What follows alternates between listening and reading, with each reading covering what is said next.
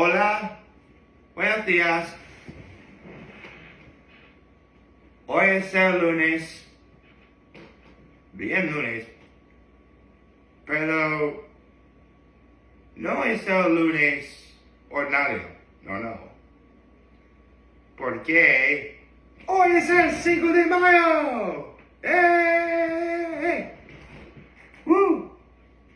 I swear that's probably the only Spanish I'm going to do today. Yeah. If you couldn't understand what I was saying hello and good morning. Today is Monday, but it's no ordinary Monday. It's May the 5th, or Cinco de Mayo. Yeah. All these years later, I can still speak Spanish. To not as great a degree as I used to. But I can do some small conversations, or conversaciones pequeños, for those of you who don't know what that means.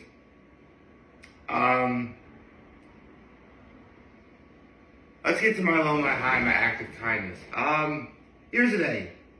Yesterday really was great, just for going to Cheesefest alone. But man, it was cold up there. Like, just about as cold as doing the polar bear plunge was the day before.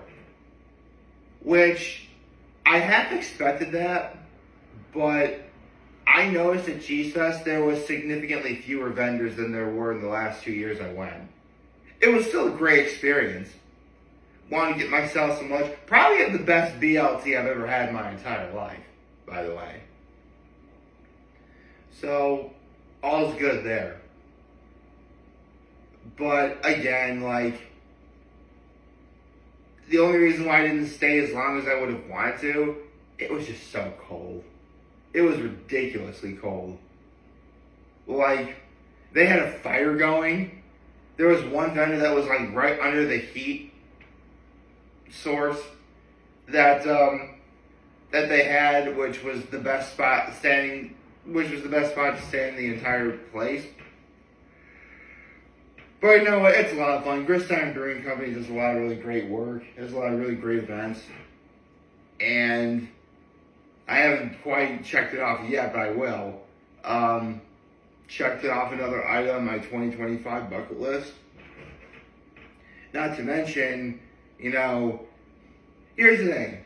I know it's only been a week since I had dinner with my family, but in that week, my entire family went to California. So today was my first day of seeing the vast majority of them. And it was great. I was even able to help my parents watch my nephews. That was my act of kindness.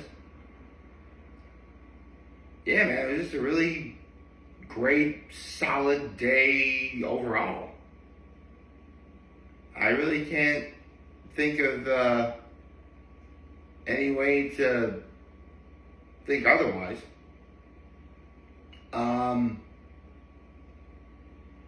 I mean,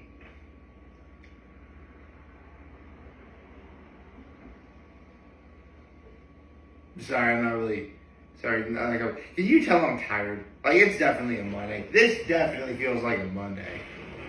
Actually, one thing I can do, I can get my shoes on real fast. Hold on. Maybe I can think better with my shoes on. Which sounds kind of weird, but then again, people do a lot of weird things so they can think properly. Not only something else, I'm all ready for the day. But yeah, you know, 4 really great days in a row so far in the month of May. With today potentially being just as good if I do things, you know, correctly.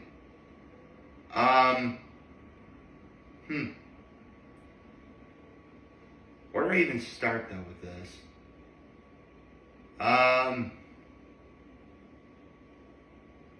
I mean, unfortunately, there's no One Piece manga chapter out this week, so I can't really do a manga chapter reaction.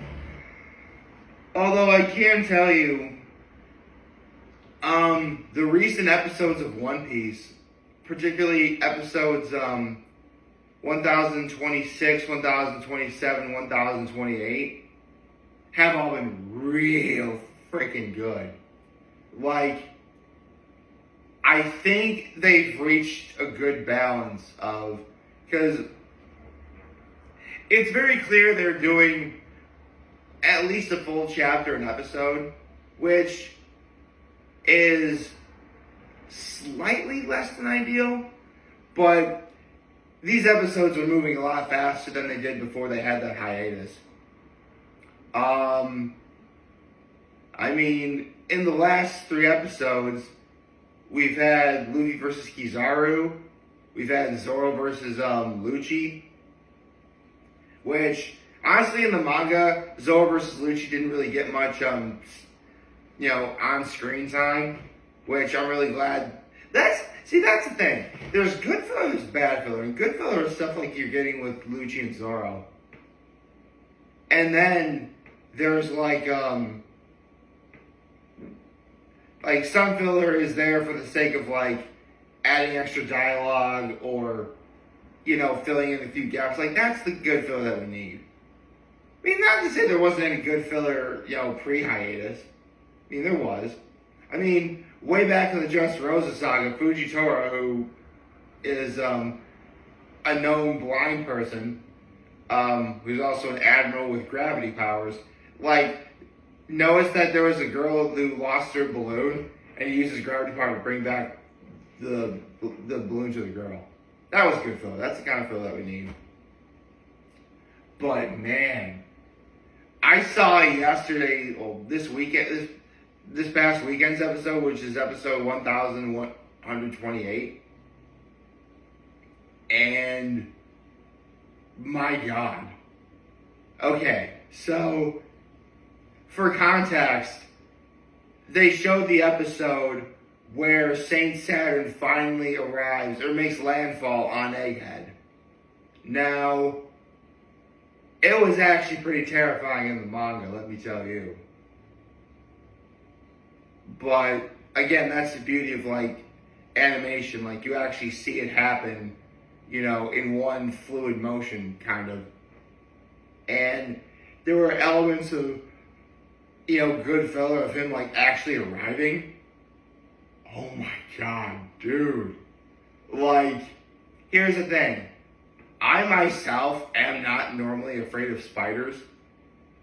And when because Saint Saturn's yokai form is essentially a giant spider. But this is one spider that terrifies me. And it's not even real, dude.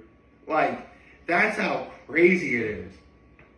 And not to mention, there was one scene in the manga where I was wondering how they were going to do it in the anime, where when Saint Saturn makes landfall, they announced no one lower than a Commodore may behold him. Basically, if you are a Commodore above, you can see him, you'll be fine. If not, they show you what happens when they don't. In the manga, it looks as if the guy's head exploded, who was less than a Commodore. In the anime, how are they going to get away with this? And I mean, the guy dies, I can tell you that. But it looks as if he was sniped, and then blood spews out. It was crazy. Yeah. It is, some of the, here's the thing. I've been watching anime for years. I don't have, the chops that say Classic Man D or Weed Commander do. Or even, not even Moscow X or even Grand Line Review. But, I've seen my fair share of anime enough to know, I've never seen anything that truly sent like a shiver down my spine upon watching it. This is the first time where I saw something and I'm like, what happened? Like, that's, and you get that sort of laughter where, like, you're terrified, but for whatever reason, as terrified as you are, you just can't help but smile and laugh.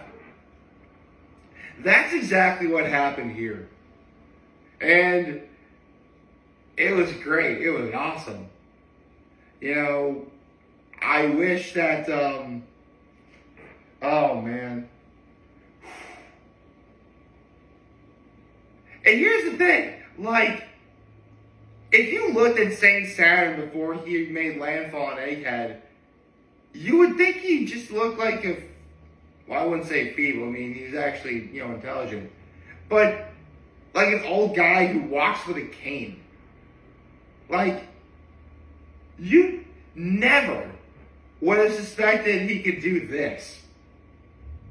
But, I mean, and a shout out to Grand Line Review, by the way, because he makes videos on One Piece villains / antagonists, because there is a difference. And he's been ranking them, like, you know, in tiers like S, A, B, C, you know, all the other letters. There's a reason why Saint J. Garcia is an S tier level villain. Because of all the villains in One Piece, and trust me, as time goes on, if you're actually watching, you'll understand, there really has never been a villain in One Piece that not only epitomized that word, but backed it up. Like, really backed it up. Like, I really could make a case, like, I mean, One Piece is probably has some of the most compelling villains in all of fiction. But, well, compelling is kind of a weird word for me because I think compelling, and I think there's actually a way you can identify or, you know, understand the motivations, which you can with Saturn, but this guy is just so bad, dude. Like, I would never inflict violence on old people. This is the kind of guy that you want bad stuff to happen to, because he's that much of an evil person. I could tell you why, but that would be spoiling what happens. I mean, eventually, well, I don't think I'm spoiling anything by saying, eventually he does get his in the end. But considering, like, in the anime he made landfall, like, honestly, the animation used to bring him in, to bring him on screen was actually the stuff I was half expecting. Like, I'm sure, like, if any of you have seen this, and I'll put a link in the description down below, a link to the video, because someone posted on YouTube Saint Saturn making landfall.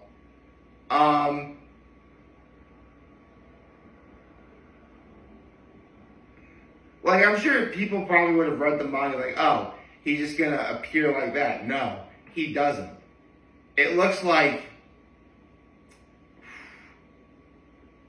it kind of looks like one of those, like, creatures made out of ooze, like, takes, like, a solid form or whatever, I guess. Oh my god. Yeah, man. Like, I think, like, this sort of level of quality from One Piece is here to stay. Which, on the one hand, it does kind of bother me that next week's episode is going to be more of a recap episode, specifically about, you know, Jewelry Bonnie, which, you know, is fine. I mean, this is Bonnie's story to some degree. I mean, yes, it's following the Straw Hats, but Bonnie is heavily involved in what happens on Egghead. So, they're definitely going to make it. So, next week will definitely be a filler episode, but you know what? I'm okay with it. You know, I'll be satisfied for a little while after. I mean, we've had, even with, episodes 1123 and 1124 taking a little bit to hit the stride that we have now, ever since One Piece came back, it's been really good again. I think we're finally at that level of, balance, pacing, action, comedy, because One Piece is an action comedy, character design, animation. I think we're hitting a good stride at the moment. I mean, yes, the fact that next week's episode is going to be filler is going to kind of deter things a little bit.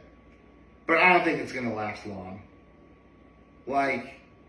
I think we're in for a real treat because at this point, we should be coming up to Bartholomew Kuma's flashback. And full stop, when I read Kuma's flashback in the manga, I cried. I feel very comfortable in saying that not only is Kuma one of my favorite One Piece characters, he might be one of the best characters ever written in fiction. But we'll get to that when we get to that. I hope you like this video. If you'd like to subscribe to the YouTube channel, follow me on social media. As always, I am very humble in this video for all of you guys who watch and enjoy for today. Hopefully you have a wonderful, wonderful, wonderful Monday. Feliz Cinco de Mayo, everyone. And remember, if you guys want to talk, channel was here to let me know what's about. Take care and make good choices. 607 all day, baby.